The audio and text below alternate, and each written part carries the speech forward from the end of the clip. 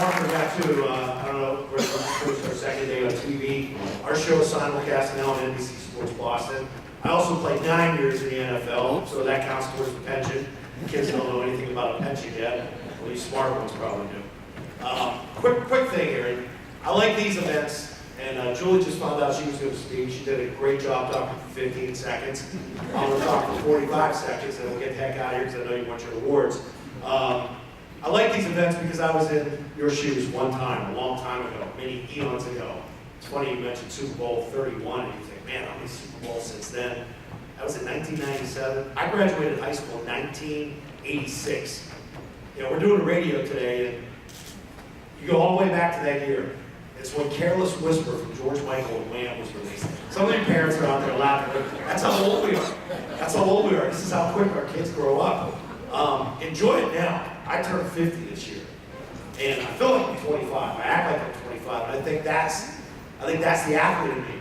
You see some people that graduate, they grow up quick, and they kind of get bored with life. And I think the best thing about being an athlete, being a student athlete, is that you have something that these other kids don't have. You guys are sitting in a ballroom right now in Lombardo's. I used to go to the nightclub next door. How many of you raise your hand, you parents, that went to Vincent's nightclub? I probably saw some of you mothers out there on Sunday nights. I'm sorry if I said anything or did anything. You know, this whole movement now, you know, hear no evil, see no evil. I'm just kidding. But here I am again. This kind of comes full circle. You know, I used to go there as a single guy, never had a family, never had kids. And now here I am with 3 kids. My daughter is going to college this year. She's going to be attending UMass. She played sports throughout her whole high school career. She started as a freshman in high school. She was 6'1", but she is 6'1". Past that. I'm already getting rid of her. So she played for King Philip. She didn't play her senior year because she had a knee injury. And I shouldn't talk to you about AAU because if you play, raise your hands if you play AAU. Okay, we don't have a lot of kids. We do. We have a couple kids that play. Be careful of AAU because it's year-round. It tends to wear your body down. You guys are still growing, all of you, freshmen and sophomores. Be careful because at times AAU can become a moneymaker. And it wears kids down playing one specific sport, 365 days a year, year-round. You should enjoy the ability to play all different sports because it makes your body change. You know, baseball is a complex sport. You got to learn swing angle, leverage, exit, launch velocity. You got to throw the ball. You got to catch the ball. Football, you get to hit people. That's the greatest thing. Basketball is a different skill set. Girls field hockey, lacrosse. All these kids are playing lacrosse now. You know, soccer's dangerous, playing club soccer year-round. Just be careful. You don't wear your body down. Be careful of injuries. Be aware of injuries. Tell you a quick story about me. I grew up in Pittsburgh, Pennsylvania, a real small town. My mom was a teacher in our school district for 45 years. She taught reading. My dad was an educator. He was an administrator, gym teacher. He was my coach. He coached a guy by the name of Joe Montana. Kids, you remember Joe Montana? Oh yeah, now you all know Tom Brady. Tom Brady's better than Montana. But Joe Montana grew up in my town. And my dad was the coach. I was 7 years old when Joe was in high school. This is 1974. And I used to be the water boy. And not only from our hometown was Joe Montana, but a guy by the name of Ken Griffey Sr. My dad went to high school with him. Stan the Man Musial. We talked about Ted Williams today. Stan the Man Musial was as good as Teddy Ballgame back in the day for St. Louis Cardinals. And this all came from a small town of about 30,000 people. And you're thinking, well, how can this be? Because sports is important. It was important where I grew up. And the best thing that I have is my mom would always get on me about the academics. My dad always took care of the sports. So there were times that we didn't have cell phones. We didn't have iPads. Shoot, when I got drafted by the Patriots, the internet wasn't even invented yet. So think about that, right? When the hell did the internet come around? Mid-90s, right? Flip phones, that all came around mid-90s. We grew up as kids knowing where kids were, what house they were playing at, or where the bikes were in the yard. So you would come home, okay, where's everybody at? We'd go call them. We didn't have cell phones. My grandfather would come over our house, and we'd be out playing as kids about 6 houses down. And he used to be able to whistle with his 2 fingers, and that was our call to come home for dinner. So enjoy being kids. Don't get caught up in all these games for it. Who plays Fortnite? Yeah, all you guys, David Price, right? You see what that does to him? See what Fortnite does? You get that all that tingling in your fingers. Be careful of not being a kid. Enjoy these years that you have now. These are the best years of your life. I'm serious. My best friend was my best friend in high school. Senior, we were seniors together. He went on to play basketball at Duquesne. I ended up going to Maryland. To this day, he's my best man in my wedding. And I say he was because it's past tense. He was killed by a drunk driver about 5 years ago. So there's going to be things in life. There's going to be challenges in life for you as you continue to get older, but enjoy it. These people sitting at these tables with you, your family members, whether your uncles, grandfathers, grandmothers, mothers, these are your role models. Look up to them because they drove you here. You know, they brought you here. They're sitting having a meal with you as you're going to get up here to get your awards and continue your education, continue to play for teams because it's important to them. Think about the countless practices that they attended, the countless games.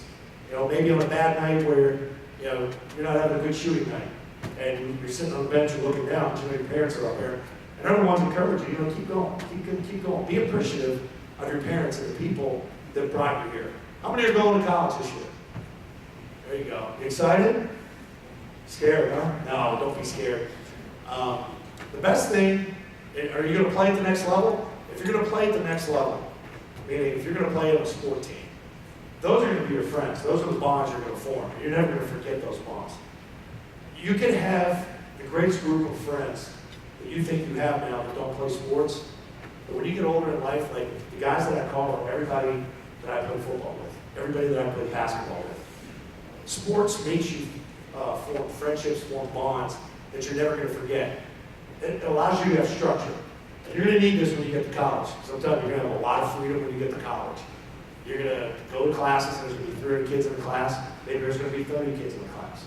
Then you're going to figure out, wow, that 300 kid class I really don't have to go to because the teacher doesn't know I'm not going to be there. Yeah, that didn't work out too well for me. I did that in Maryland. I ended up making those 5 years, 5 summers I had to go because I screwed up some classes. Hey, you learn from your mistakes. But the best advice I can give you is whatever you do in life, attack your energy. This is what I try to do on the radio when I go to the radio every day. I don't know what the hell I'm talking about half the time. Pretend you know the room. Pretend you know what you're talking about. And people will respond. I'm serious. You're out there laughing. You think I know hockey? No, you think I know baseball? You know basketball. But you just gotta go with the flow. You gotta pretend you know it. Know the room. Know everything. You don't have to know everything about everything, but know a little bit about everything. Listen when people talk to you. Listen when your coaches talk to you. Listen when your teachers talk to you. I'll give you some advice. For some of you guys that are sophomores and juniors, I know you obviously have good grades or else you wouldn't be here because you didn't have good grades. You now have the cornerstones to be able to juggle both. And that's extremely important because you can't play if you don't have good grades. My daughter had good grades until she was a junior. She started playing AAU basketball, traveling year-round, traveling back and forth.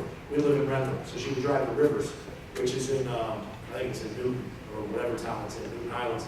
And she would spend 6, 7 hours a day back and forth traveling and practices, and the grades would slip.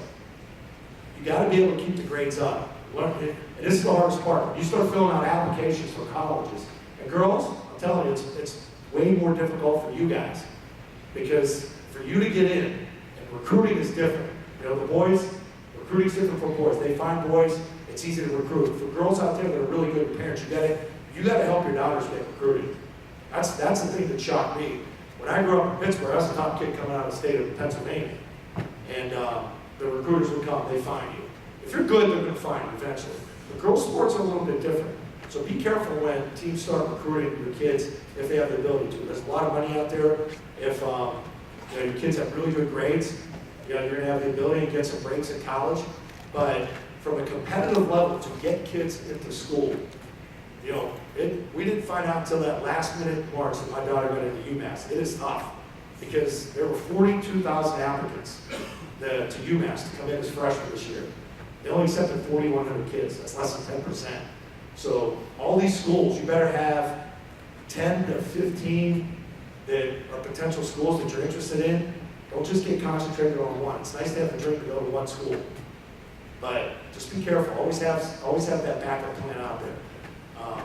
I got drafted here in 1991, and it was by a guy by the name of Dick McPherson. So he got here and he recruited me to go to Syracuse. I was going to go to Syracuse. I went on a recruiting trip up there. They had 36 inches of snow. So he drafted me. He's like, shit, I got you now. You got to come here. So they picked me up end of April. This is back when the draft was 12 rounds, lasted 3 days. So they fly me into Boston. It was a Friday night. Of course, it was the end of April, so it was sleet and rain, partial snow. I land, they misspelled my name, Zollock. Some guy standing there who still works for the Patriots to this day. And to pick me up in a car to take me back. So I got to drive past the old Boston Garden. Needless to say, I got to Foxborough Stadium. And you can't see in the middle of the night. It was about a 4-hour trip. And you have no clue for a kid that's coming here and thinking, I have no clue what Foxborough is. So he goes, we're going to take you down to your hotel. I said, oh, great. I'm tired. I get to stretch out, nice hotel, get something to eat. He goes down over top of the hill. There's this place called the End Zone Motor Lodge, down at the bottom of the hill. So I walk in, I'm thinking, oh God, I must have made it. So I go in, and there's a rotary phone, and down, I call my dad. He's like, hey, how are the digs? I said, well, the hotel's about as nice as the stadium, driving past it. And that old stadium was pretty damn good, it was special. But to see how the brand has grown, and to be part of it now, it's pretty amazing. You know, I was there with 2 of 14 teams, playing for the Patriots back in the early 90s. Some of you probably had easy tickets. You could walk up and buy tickets. Now there's a 40-year wait list.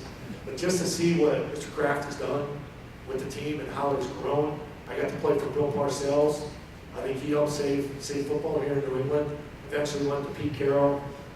Pretty tight with Bill Belichick, had him as the defensive coordinator. And just to see what he's been able to do and how you need stability at the top. So they have a great owner. They basically have had 2 quarterbacks since the early 90s, Drew Bledsoe, Tom Brady, and Brady's still going. You've had 2 kickers, Vinatieri and Steve Gostowski, who's a great kicker, great kid.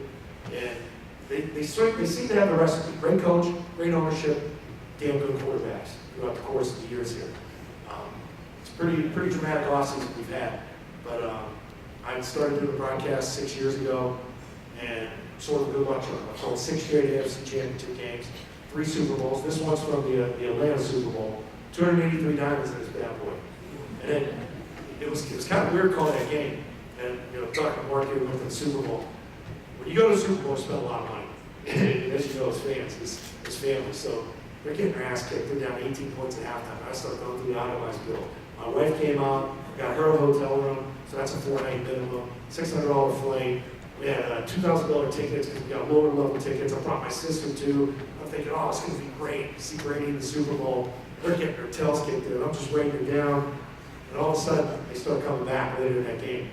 I took that sheet of paper, and I tore it up, and I threw it. I said, I didn't care what it was.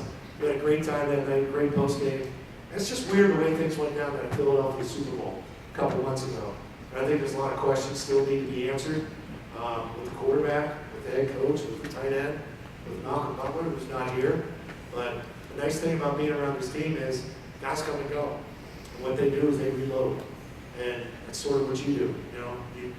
You're going to matriculate. You have 4 years of high school. You're going to have 4 years of college.